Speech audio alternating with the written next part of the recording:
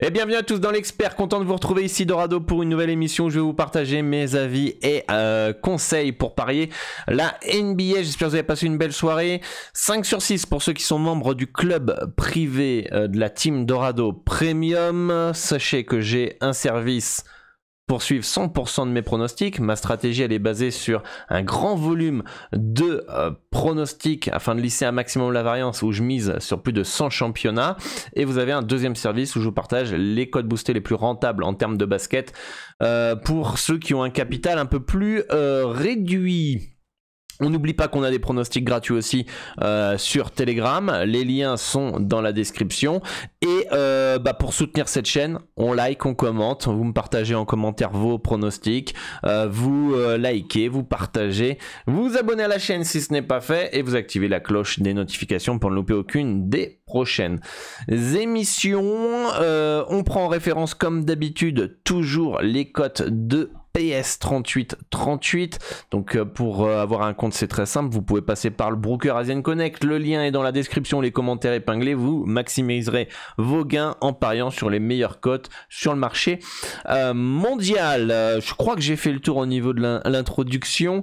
On va pouvoir partir sur les matchs du jour. On a une petite carte aujourd'hui et on a le premier match entre les Sixers et les Raptors, avec une rencontre où Toronto est en troisième match en 4 jours back-to-back, et cela ça pourrait peser un petit peu dans les jambes.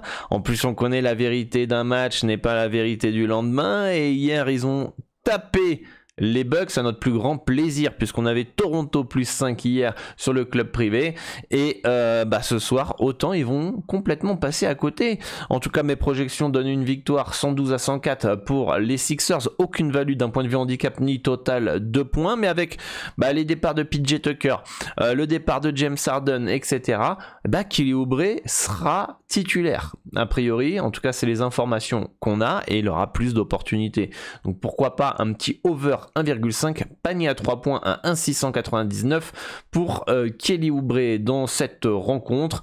Et on va pouvoir passer au deuxième match où on a les Pelicans et les Pistons, deux équipes en troisième match en 4 jours back-to-back qui ont joué hier. Et les Pels qui partent logiquement favoris à domicile face à cette équipe des Pistons en reconstruction. Attention, on a Brandon Ingram qui est incertain dans cette rencontre, et ça pourrait être une absence de taille du côté des Pels d'un point de vue du scoring et d'un point de vue de la profondeur. Troisième match en 4 jours back-to-back, je vous ai mis Zion Williamson over 6,5 rebonds, puisque il est capable de prendre pas mal de rebonds vu son gabarit, et notamment pas mal de rebonds offensifs. Donc why not, mais on sait qu'il est fragile, donc il devrait peut-être pas jouer pour ce soir. Et il sera peut-être préservé. On sait qu'il a loupé pas mal de matchs depuis qu'il est arrivé en NBA à cause de son physique, donc autant il va être préservé. À voir, pas d'infos par rapport à ça, parce qu'il y a une nouvelle règle où t'as pas le droit de mettre au repos les joueurs, etc. On pourrait avoir plus de points dans cette rencontre, over 118 points à 952. Je mets en petite confiance d'un point de vue de la jauge, parce que j'ai pas ultra confiance en le talent offensif de Détroit, et j'ai peur que d'un point de vue offensif, Détroit ça peut être un peu irrégulier. Les Pels, on le connaît le talent, on sait que ça court, etc. Mais Détroit, je suis un peu plus sceptique au niveau du potentiel offensif. Après c'est de la NBA, on sait que ça peut prendre feu à tout moment. Donc voilà pour cette rencontre qui d'un point de vue handicap ne m'intéresse pas du tout. Troisième match, le Jazz face au Magic. Le Jazz qui part logiquement favori à domicile, mais assez léger, hein. Attention aussi, Orlando est en road trip, et le Jazz est en troisième match en 4 jours back-to-back, donc ce qui rend un petit peu cette rencontre difficile à lire. Je pense pas qu'on puisse mettre le Jazz outsider chez eux, vu le talent, pas forcément le talent, mais vu la profondeur de l'effectif avec des joueurs un peu relous. Pour moi, logique que le Jazz soit léger favori dans cette rencontre. En tout cas, il n'y a rien qui m'intéresse dans ce match-là d'un point de vue handicap ou victoire. Je pense que c'est très bien placé.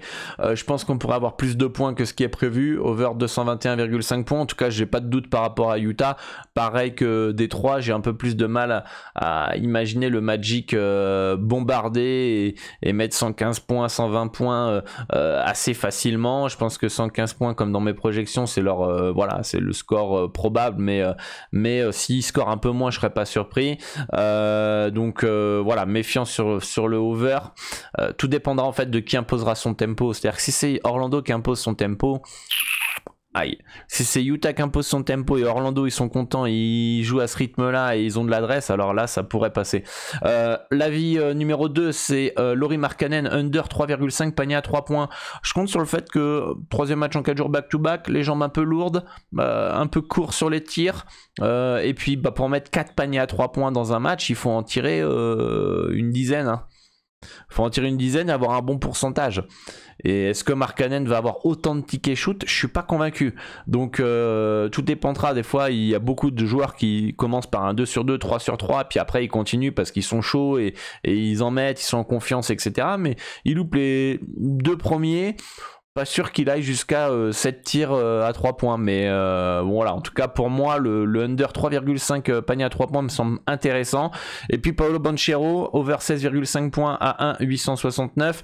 Je pense qu'il va finir par faire de meilleurs matchs que ça. Là il est trop décevant depuis le début de la saison et j'espère que avec le rythme que peut imposer Utah, il soit à l'aise et qu'il puisse prendre des tirs en rythme et être plus performant offensivement. Et enfin le dernier match de la soirée, Revenge Game les amis, entre les Suns et les Spurs. Pour ceux qui sont sur le Discord, d'ailleurs je vous invite à rejoindre le Discord et échanger avec 4000 parieurs et la communauté.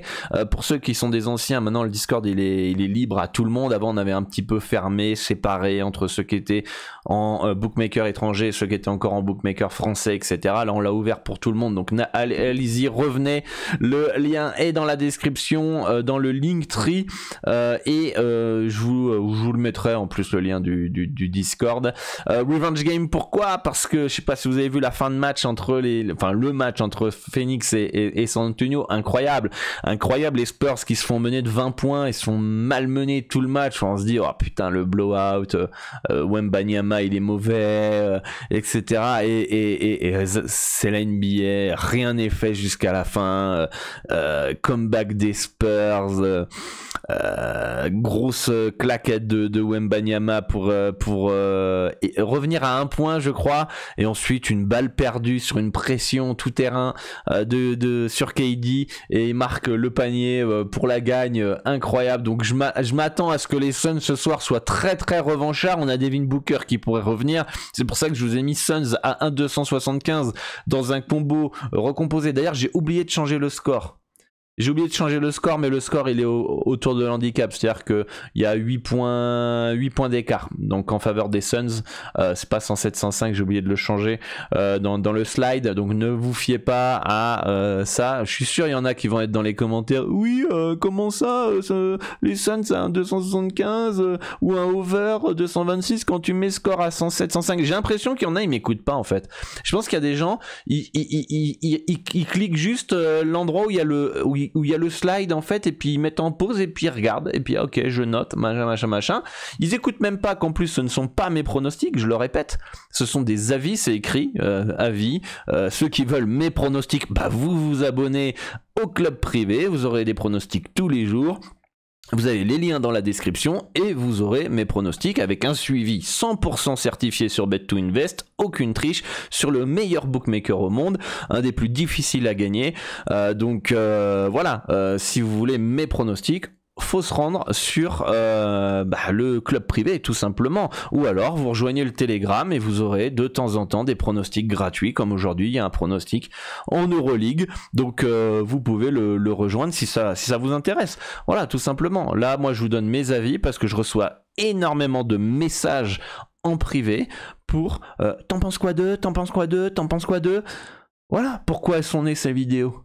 Elles sont nées parce que je reçois des vingtaines, trentaines de messages tous les jours des mêmes personnes ou d'autres personnes. T'en penses quoi de ce match? T'en penses quoi du H+? T'en penses quoi du H-? T'en penses quoi de KD? T'en penses quoi de Leonard? Voilà, on crée ces vidéos, je vous partage mes avis et tout le monde est content. Mais il y en a qui pensent que c'est mes pronostics, ça ne l'est pas. Et j'espère que quand il y a des gens qui disent « Ah ouais, tes pronostics ils sont nuls », répétez-les dans les commentaires, répondez que ce sont des avis, t'as qu'à écouter, tout simplement. Voilà, moi, j'ai pas de bilan à faire sur ces avis, je vous aide, je vous guide, ça me prend énormément de temps de faire ces émissions, et pareil, il y a beaucoup de gens qui me posent plein de questions en privé, là je fais un long aparté parce que c'est important de réclairer les choses, et si je dis ça au début, tout le monde zappe jusqu'à les pronostics parce que c'est ce qui vous intéresse, hop, et puis on n'écoute pas ce qu'a à dire Dorado, donc je le dis en plein milieu d'une analyse, ça dérange certains, mais j'ai énormément de questions tous les jours. Et si vous voulez apprendre à mes côtés, il y en a qui ont des questions assez spécifiques, et ben vous prenez la formation. J'ai fait une formation, c'est pas fait pour les cons. Voilà, moi à un moment je peux vous aider gratuitement à travers ces vidéos, à travers les podcasts que je fais. Vous avez une trentaine de podcasts d'1 heure à écouter. Mais non, mais c'est trop long. Mais en même temps, j'ai pas la baguette magique pour vous aider, les gars. Hein. À un moment, faut bosser. Hein. Faut bosser. Hein. Et vous avez le programme de la formation dans la description. Si vous voulez un truc un peu plus spécifique, un peu plus individuel, il y a du coaching individuel. Et moi, à un moment, je peux pas. Humainement, je peux pas. Je suis déjà énormément à la bourre. J'ai une liste de choses à faire que j'arrive pas à terminer parce que voilà, on me sollicite tellement. Bah, à un moment, voilà, vous prenez une séance de coaching, vous prenez la formation et je vous apprends 17 ans d'expérience dans la formation et en 1 heure envoi de coaching ou plus, si on a besoin de plus, on voit ensemble comment on peut peaufiner votre stratégie. Mais voilà, en tout cas, c'était le petit aparté à vous dire. Donc Suns, pour moi, ça devrait gagner ce soir, revenge game. Over 226 points. Je pense que si Booker est là, il va y avoir un peu plus de rythme, etc., etc. Donc, je pense que ça peut être pas mal, hein, over 226 points.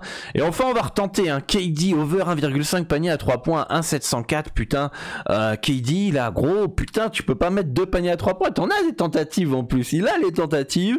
On sait qu'il est fort. Il peut en mettre 2. Et le soir, il va en mettre. Enfin, voilà. Alors il est beaucoup en mid-range, mais on sait très bien, il tire 5-6 paniers à 3 points, enfin un tir à 3 points, et 2 sur 6, c'est pas, même 2 sur 5, c'est inférieur à 50%, donc c'est pas la mer à boire.